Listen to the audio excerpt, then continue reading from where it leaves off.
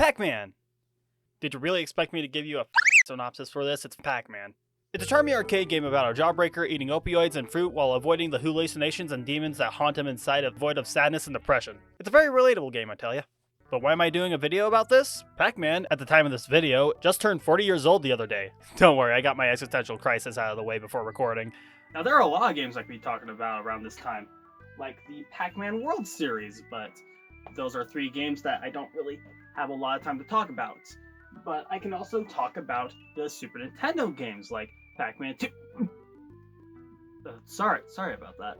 It's just that whenever I speak of this game, something comes up. But then I remembered one thing that I haven't really thought about for a while, and that is the Pac-Man Cartoon Series from the 1980s. Now, when you think of a Pac-Man cartoon, most likely you'll think of the Ghostly Adventures a few years ago.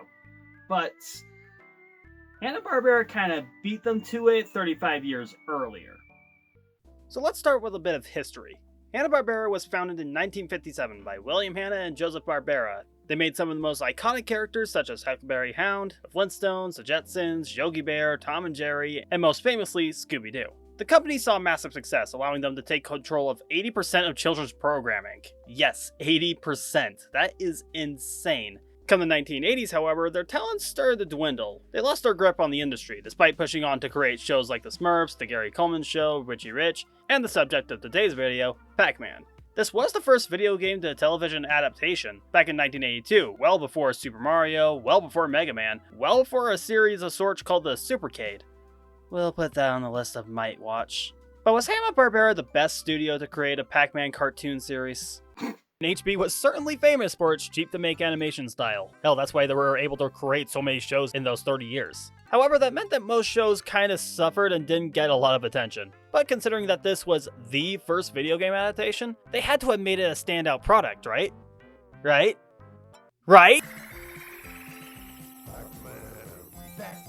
Okay, yes, you're Pac-Man. Anything else? Wait, who's this 5th ghost? Did someone go to Lucasfilms and snuck into the set during the Return of the Jedi? What the hell is any of this? This intro is a pure, unfiltered mess. Nothing really tells you anything, and you pretty much have to connect the dots to get a clue of what's going on. The only thing we know is that Anakin wants to find a power pellet forest, but no one knew what a power pellet at that time was. The arcade game didn't even specify what those dots were. Some of it is cleared up in the first episode, though, where Pac-Man is chasing ghosts as expected, and the ghosts float back to their master's lair.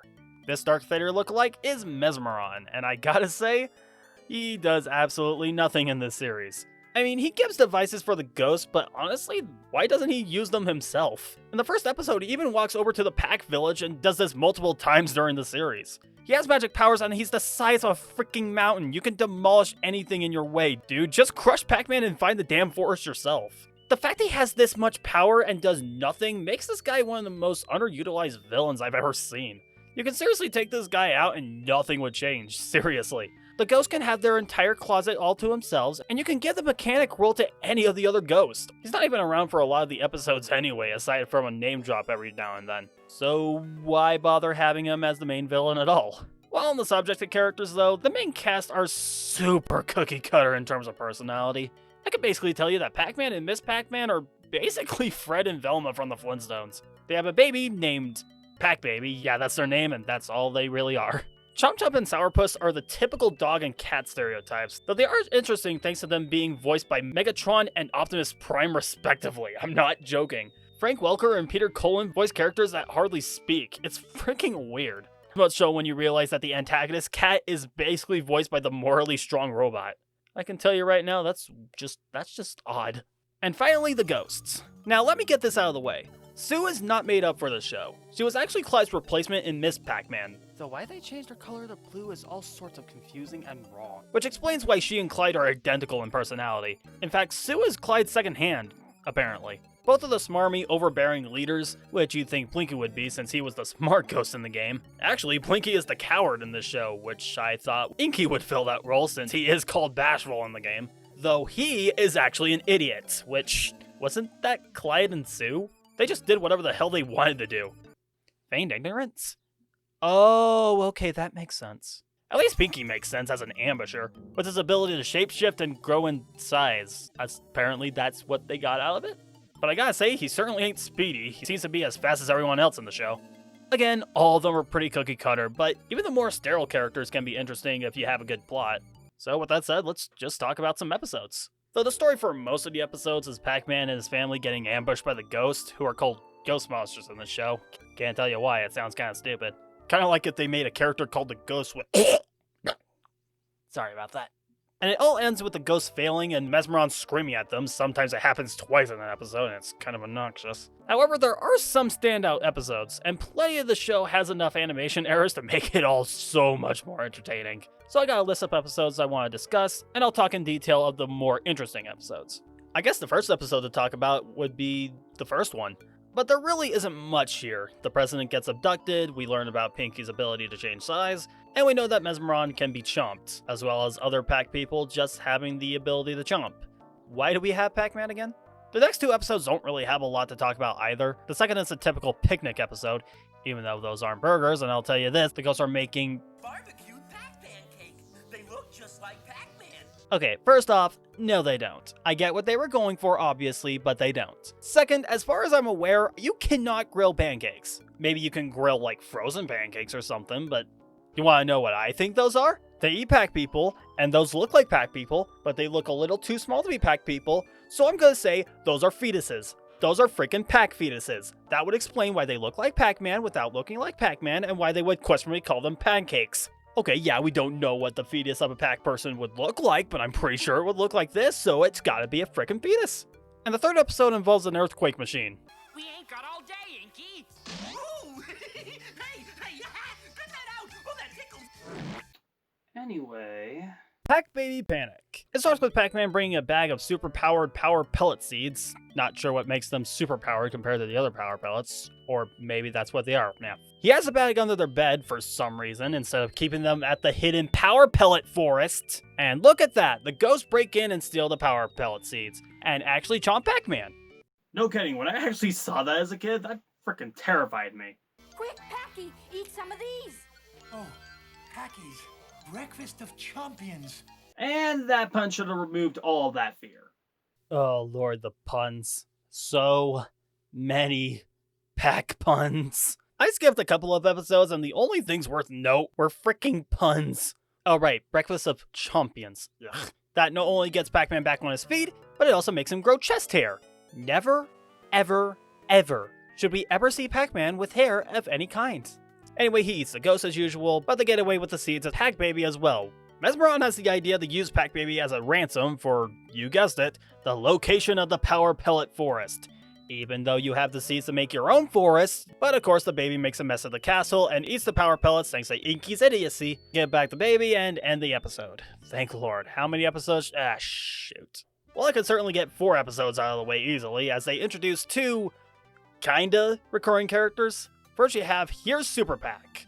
Now that's a very weird title, we've seen Super Pac-Man before on the show, it's just that it's a very boring episode. But this time, it's a separate character, and try and figure out his personality. Oblivious, vain, and 100% annoying.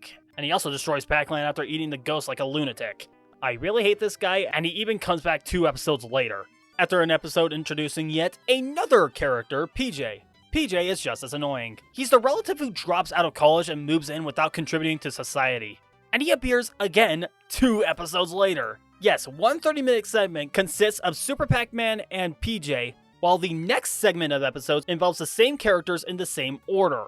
That is really all I got out of these episodes, and I thought that itself was worth noting.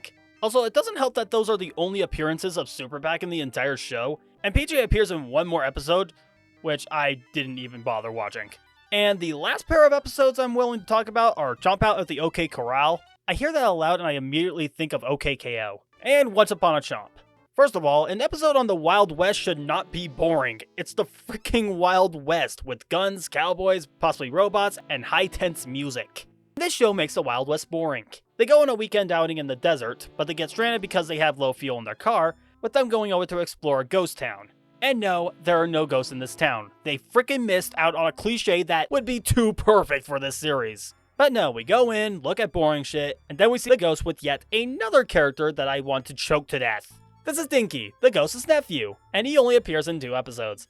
The other I've seen first, and honestly, all you need to know is that episode has ghost clowns, the reminder that Pac-Man is pointless, and Pac feet, which, like Pac hair, should never be seen by human eyes. Thank you, Hanna-Barbera, Scooby-Doo was not worth it. With OK Corral, the ghosts mess with the Pac family at a saloon, an old bank with possibly stale power pellets. They have a train chase, which apparently vehicles can chomp other vehicles. I just don't get, I do not. And it ends with a showdown that leads to really nothing new. And then we have a fairy tale episode, because of course we do. Starting off with the ghosts getting a magic fairy tale book from their fairy godmother. Oh, I'm sorry, fairy ghost mother. I hate these puns. She says that they can recite the book, but mumbles about them not being smart enough to read it. That would sound like an interesting way to tell the story, but this is the Pac-Man show. Interesting will not do. They retell the story of Jack and the Beanstalk, or in this case, Pac and the Beanstalk, and you know how the story goes. Pac-Man and Pepper climb the beanstalk, they enter a castle, they find a chicken that lays golden power pellets. The hijinks ensues and... Oh, a fruit salad! The perfect place to hide! I saw that, right? Why is Inky's sausage being stroked a common thing in this show? And before you say, Jason, you're just overreacting, it's just his pocket. First off, it's straight in the middle. And second, he freaking pops a cherry out of that pocket. He literally pops his cherry in the... good lord. And they chomp the beanstalk, ending this look at possibly the worst thing I will ever see for a long-ass time. And to anyone who thinks that riffing on it with friends would be a good idea, don't even think about it.